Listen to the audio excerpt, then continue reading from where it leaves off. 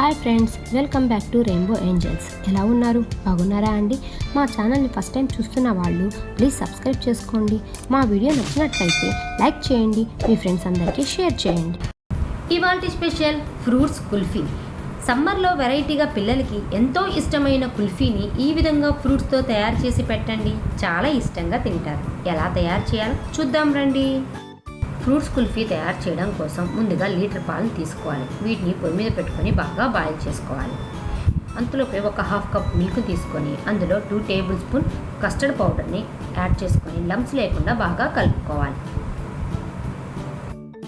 చూడండి, పైన మీగడ కట్టకుండా ఈ విధంగా కలుపుతూ బాగా బాయిల్ చేసుకోవాలి.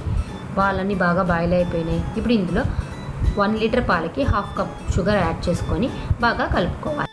చూడండి, మిల్క్లో షుగర్ కూడా బాగా మెల్ట్ అయిపోయి మిల్క్ కూడా బాగా బాయిల్ అయిపోయింది. మనం ముందుగా పాలల్లో కస్టర్డ్ పౌడర్ని కలుపుకున్నాం కదా, ఆ మిల్క్ని ఇందులో కలుపుకుంటూ వేసుకోవాలి.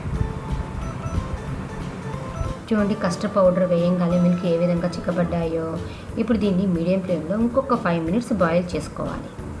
చూడండి, ఇదంతా బాగా బాయిల్ అయిపోయింది. ఇందులో ఒక హాఫ్ టేబుల్ స్పూన్ యాలకుల పొడి వేసుకొని దీన్ని బాగా కలుపుకోవాలి. ఇప్పుడు దీన్ని స్టవ్ ఆఫ్ చేసుకొని బాగా చల్లార్చుకుందాం. చూడండి, ఇదంతా బాగా చల్లారిపోయింది. ఇప్పుడు ఒక బౌల్ తీసుకొని మనకి ఎంత కావాలో అంత యాడ్ చేసుకోవాలి. ఇప్పుడు దీంట్లో ఎవరికి ఇష్టమైన ఫ్రూట్స్ అవి యాడ్ చేసుకోవచ్చు. ప్రొమోగ్రెనేట్, సన్నగా కట్ చేసుకున్న యాపిల్, సన్నగా కట్ చేసుకున్న మ్యాంగో, ఆరెంజెస్ వేసుకొని ఇవన్నీ బాగా కలుపుకోవాలి. చూడండి, ఇవన్నీ బాగా కలిసిపోయినాయి. ఇప్పుడు కుల్ఫీ మోల్డ్ తీసుకొని ఈ కుల్ఫీ మోల్డ్లోకి దీన్ని ఫిలప్ చేసుకోవాలి.